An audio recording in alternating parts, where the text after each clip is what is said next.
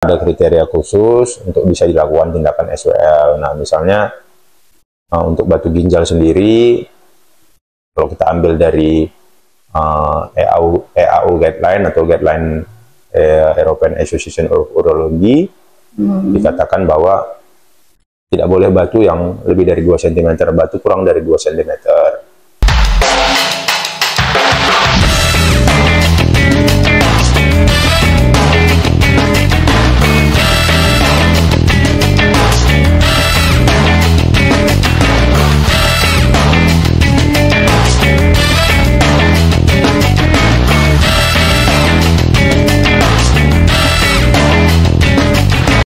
Halo, selamat pagi. Rumah Sakit Santa Elizabeth Medan, ketemu kembali lagi dengan saya podcast di sini sebagai host. Saya Leni di dalam Obras Sepukes, obrolan santai seputar Rumah Sakit Santa Elizabeth Medan. Nah, kali ini kita membahas mengenai yang namanya itu ESWL, pemecahan batu ginjal. Nah, masyarakat awam taunya kalau ESWL ini kan tindakan operasi kah atau apakah, begitu menjadi pertanyaan buat mungkin sahabat-sahabat rumah sakit yang ada di luar sana. Nah, dalam topik kali ini saya di sini ada menggandeng satu dokter spesialis kita yang memang ahlinya dalam bidang ESWL, yaitu saya didampingi Dr. Joseph Hartanta Purba, SPU MCAT Clean, sebagai dokter urologi kita di Rumah Sakit Santa Elizabeth Medan. Langsung kita sapa aja yuk. Selamat pagi dokter. Selamat pagi. Salam Santa Elizabeth. Salam Santa Elizabeth kalian. Baik dokter, di sini dokter kita lagi membahas topik mengenai ESWL. Mungkin sebagai awal bincang-bincang kita, mungkin bisa disampaikan kepada sahabat Rumah Sakit Santa Elizabeth Medan, ESWL itu seperti apa sih dok? Ya, terima kasih. SWL itu merupakan suatu modalitas terapi ya, suatu modalitas terapi untuk pemecahan batu ginjal ya, dan batu ureter, baik batu ureter bagian proksimal juga bisa, bagian distal juga bisa. Pemecahan batu pada ESWL ini tidak melewati jalan operasi, artinya tidak ada pembiusan, tidak ada tidak ada persiapan untuk tindakan operasi lah, karena bisa dilakukan dengan jalan one day care, bisa 1 hari pulang lah. Oh, berarti bisa rawat jalan juga bisa rawat ya, jalan, benar. Biasanya pasien-pasien kita lakukan tindakan rawat jalan. Oh gitu. Untuk menambah pengetahuan kita ini dok, ESWL ini berarti tindakan seperti apa di dalam ininya dok? Apakah harus misalnya ada puasa atau apa, dan apa yang menjadi spesifikasi untuk dilakukannya batu ginjal ini dok? Persiapan khususnya tidak ada ya, persiapan khususnya tidak ada, artinya pasien tidak perlu puasa sebelum tindakan, tidak perlu. Kemudian ya memang tidak semua batu bisa dilakukan SWL. Berarti ada kriterianya ya, ya dok? Ada kriteria khusus untuk bisa dilakukan tindakan SWL. Nah, misalnya untuk batu ginjal sendiri, kalau kita ambil dari EAU guideline atau guideline European Association of Urology, dikatakan bahwa tidak boleh batu yang lebih dari 2 cm, batu kurang dari 2 cm. Kemudian letaknya juga tidak boleh di bagian bawah ginjal, karena angka keberhasilannya akan lebih rendah. Kemudian batu-batu yang HU-nya kalau bisa kurang dari 1000, kekerasan batunya tergantung dari kekerasan batunya juga. Kalau batunya lebih dari 1000 HU-nya atau Hounsfield unitnya, tidak kita sarankan untuk SWL, karena kemungkinan besar batu tidak akan pecah, ya. Angka keberhasilannya akan rendah.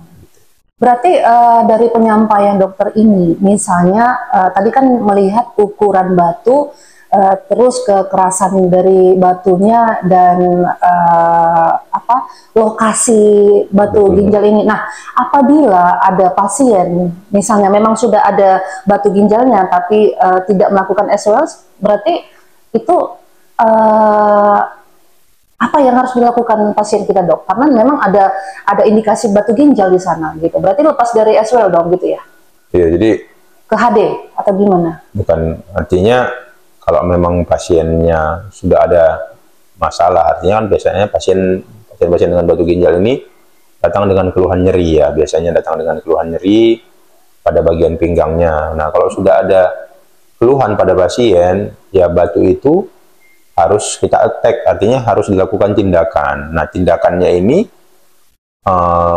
pemecahan batu ginjal dengan SWL bisa, atau dengan PCNL kalau lebih dari 2 cm harus kita lakukan dengan PCNL, atau ada lagi modalitas terbaru yang namanya RIRS untuk batu-batu yang lebih kecil dari ya, 2 batu-batu cm yang lebih kecil dari 2 cm kita juga bisa melakukan RIRS, terutama batu-batu yang berada di bagian bawah dari ginjal, itu mungkin kita bisa lakukan dengan RIRS. Jadi tidak semua batu ginjal bisa dilakukan tindakan SWL. Benar. Oke, baik dokter. Berarti seperti yang dokter sampaikan di awal tadi bahwa tindakan ESWL ini bukan tindakan operasi gitu ya, Dok. Yeah. Seperti mungkin ya bisa teman-teman saksikan sendiri. Sekarang kita ini sebenarnya di ruangan ESWL langsung, jadi bukan di ruangan operasi. Disinilah dokter kita ini bekerja gitu ya. Oke, baik dokter, untuk pertanyaan berikutnya.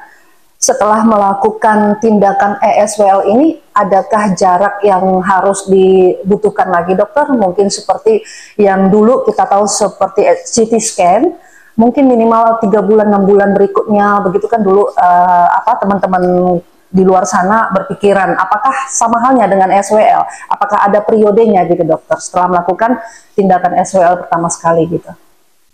Kalau untuk minimal berapa hari untuk pengulangan SWL selanjutnya itu sebenarnya kita sarankan minimal 1 minggu. 1 minggu dari penembakan awal sudah bisa dilakukan tindakan kembali.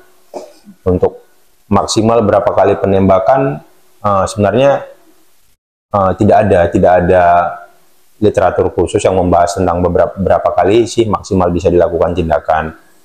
Ya, kalau memang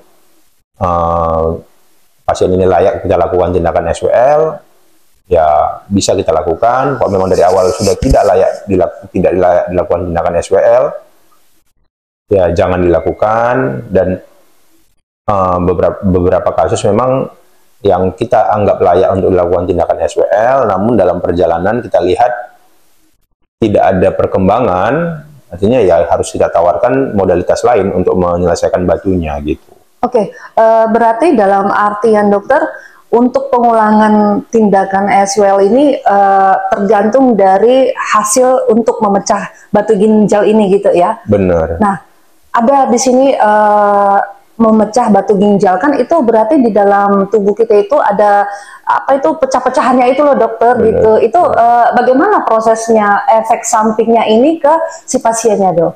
Benar, jadi untuk ESWL ini sendiri, batu ini dipecah di dalam ginjal atau di dalam ureter menjadi serpihan yang lebih kecil. Nah, serpihan yang lebih kecil ini yang kita harapkan akan turun melalui ureter. Nah, nanti dia akan keluar dari tubuh ya? Melewati kencing dengan bantuan kencing yang turun gitu dari ginjal. Jadi pasien biasanya akan merasakan kok batu ini keluar dari tubuhnya, pasien akan merasakan. Ya kalau memang dia serpihan sekali, bentuk seperti pasir begitu, kalau ditampung biasanya juga akan ada endapan di kencingnya gitu. Ya, jadi memang akan terlihat kok batu ini keluar dari tubuh pasien. Kira-kira berapa lama dokter, misalnya setelah melakukan tindakan ini, si pasiennya kira-kira berapa lama mengeluarkan air, dan bagaimana kita sebagai dokter untuk untuk melihat ya, apakah tindakan ini berhasil atau tidak gitu, dokter? Jadi untuk berapa lama batunya keluar itu tidak ada patokan khusus, tidak ada sekian hari akan keluar, itu tidak ada. Okay. Ada begitu saat selesai tindakan pun batunya keluar, itu ada. Atau batunya pun baru keluar 2 minggu lagi, 3 minggu lagi, ada itu juga. Pun ada juga. Berarti tergantung tubuhnya si pasien ya, Dok? Ya, jadi banyak faktornya. Jadi posisi batunya Misalnya posisi batunya sudah dekat dengan pintu keluar, itu akan lebih gampang untuk keluar batunya dari ginjal daripada batu-batunya mungkin yang agak tersembunyi. Kemudian kekerasan batunya, mungkin ada beberapa pasien yang batunya agak keras sekali sehingga butuh beberapa kali penembakan sampai akhirnya batu ini bisa jadi serpihan kecil, kemudian baru bisa keluar lewat saluran ureter yang cukup sempit itu, gitu. Oke, baik dokter. Pertanyaan lagi nih, satu lagi dokter. Ya. Kira-kira untuk melakukan ESWL ini, walaupun tidak dengan cara operasi, apa perlu pembiusan? Itu kan yang namanya memecahkan itu kan pakai alat tuh langsung di ini ke tubuh ya, gitu dokter. Kira-kira ada pembiusan nggak dok di sana? Enggak.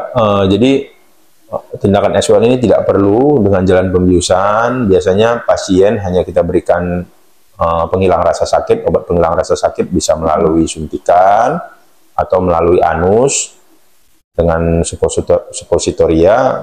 Ya biasanya sudah cukup karena kadar nyeri yang ditimbulkan oleh ESWL ini biasanya masih bisa ditolerir oleh pasien-pasien sepertinya rata-rata, dan selalu kita sesuaikan. Jadi karena pasien sadar, kita bisa komunikasi saat penembakan itu pasien, rasa sakitnya seperti masih apa, melawan gitu benar, bisa masih cukup nggak, masih kuat nggak, selalu kita komunikasi sepanjang tindakan dengan pasien. Jadi kalau memang pasien merasakan nyerinya bertambah, cukup nyeri, kekuatannya akan kita turunkan di batas pasien mampu mentolerir nyerinya. Oke, berarti sahabat rumah sakit Santa Elizabeth ini menjadi informasi baru. Ternyata ESWL itu nggak terlalu menakutkan ya dok, karena pada saat tindakan kita masih bisa komunikasi sama pasiennya ya gitu ya. Jadi tidak perlu takut dan ini tidak terlalu sakit ya dok. Sakit-sakit sedikit lah ya dok ya. Sakit-sakit enak lah. Oke, satu lagi dokter, ada lagi pertanyaan nih biar lebih memperdalam kita mengetahui untuk ESWL ya. Kira-kira untuk beberapa penyakit komorbid misalnya jantung atau hipertensi, itu ada nggak efeknya melakukan ESWL ini? Ya memang, jadi ada beberapa kontraindikasi ya untuk kita melakukan ESWL ini. Ada kontraindikasi relatif, ada kontraindikasi absolut namanya. Nah, kontraindikasi absolut ini memang pasien-pasien ini tidak boleh dilakukan tindakan ini. Misalnya pada pasien-pasien batu ginjal yang punya sumbatan di bagian bawahnya, sumbatan di ureter, misalnya akibat ada batu juga di ureter, ada penyempitan di ureter, ada tumor yang menekan ureter, jadi ada sumbatan lah di bawah ginjalnya, itu tidak boleh kita lakukan ESWL karena ya pasti batunya nggak akan bisa turun, sudah walaupun serpihan karena tersumbat, tetap akan tersumbat. Berarti jika seperti itu, apakah nanti pasien disarankan HD itu ya, tindakan ini ya dok? Enggak sih, enggak ya, harus dilakukan tindakan lain terlebih dahulu sebelum melakukan tindakan itu. Nah kemudian pasien-pasien yang memiliki sebelum ESWL itu memiliki infeksi saluran kemih yang akut, itu nggak bisa juga. Itu nggak boleh dilakukan. Kalau ibu hamil gimana dong? Ibu hamil tidak boleh dilakukan tindakan ESWL karena resiko fetusnya atau janinnya itu terkena shock wave-nya. Jadi walaupun masih usia kehamilan tri semester gitu, tetap juga ya dok? Ya tidak kita sarankan untuk dilakukan tindakan ESWL pada pasien-pasien ibu hamil. Itu merupakan salah satu kontraindikasi. Kemudian ya masalah jantung, kalau pasiennya dengan penyakit jantung terkontrol itu tidak apa-apa, namun pasien-pasien yang sedang mengkonsumsi obat pengencer darah itu tetap bisa kita lakukan, namun dengan pemberhentian pengencer darah 5-7 hari sebelum tindakan itu cenderung aman, bisa kita lakukan tindakan itu. Terus pasien-pasien juga yang memiliki kelainan pada pembekuan darahnya itu juga tidak boleh kita lakukan ESWL. Ya kurang lebih seperti itulah kontraindikasi dari SWL ini. Oke, itu berarti sudah secara global untuk kriteria ya dok. Tadi udah jelas sekali dokter sampaikan kriteria untuk ukuran batu ginjal yang bisa dilakukan dan kriteria-kriteria penyakit komorbid seperti apa yang bisa dan tidak. Dan satu lagi, apakah usia baik dari bayi sampai lanjut usia bisa kita lakukan untuk SWL ini dokter? Bisa, nggak dari anak-anak sampai orang dewasa, geriatri itu tetap bisa kita lakukan SWL berpegangan pada kaidah dan pedoman yang tadi kita sampaikan tadi. Kalau untuk masalah usia, mulai dari anak-anak sampai dewasa sampai orang tua bisa kita lakukan tindakan SWL ini. Oke, berarti setelah kita mengetahui baik dari usia kriteria itu, setelah melakukan tindakan SWL ini, ada nggak?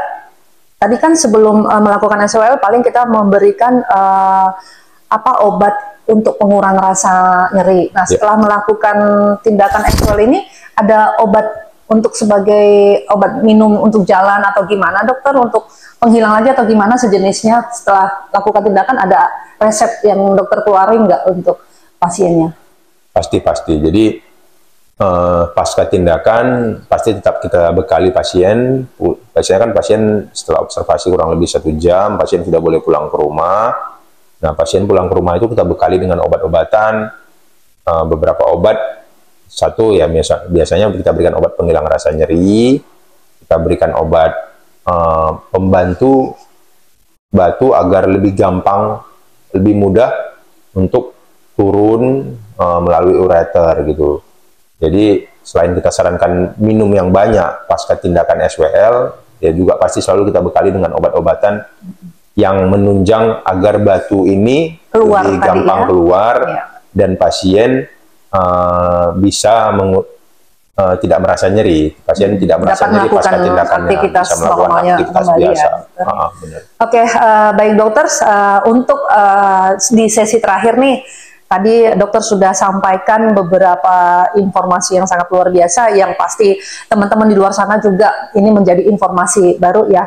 Nah, untuk mengakhiri bincang-bincang kita untuk pagi hari ini, bisa mungkin dikasih saran ke sahabat Rumah Sakit Santa Elizabeth dokter untuk terkait dari SWL ini? Ya, untuk kemungkinan keberhasilan tindakan SWL ini ya cukup tinggi ya. Memang kalau memang dibilang bisa membersihkan batu 100%, ya tetap ada kemungkinan membersihkan batu 100%. Namun kemungkinan timbul kembali juga masih ada, berpotensi untuk timbul kembali. Artinya kan kalau kita lihat pembentuk batu ini ada faktor internal, ada faktor eksternal. Jadi untuk terjadinya pembentukan batu saluran kemih ini, faktor eksternal seperti ya gaya hidup, makanan, minuman dan lain-lain ya. Faktor internal ya tidak bisa kita rubah ya. Keturunan ya. Gitu. Ya kemungkinan ada keturunan, ada kelainan genetik, ada kelainan pada metabolisme tubuh pasien. Nah itu yang mungkin bisa dirubah, bisa juga tetap dirubah, tapi dengan agak sulit. Nah kalau untuk faktor eksternal yang mungkin lebih gampang kita rubah, seperti pola hidup, yang gaya makanan dan yang lain-lain.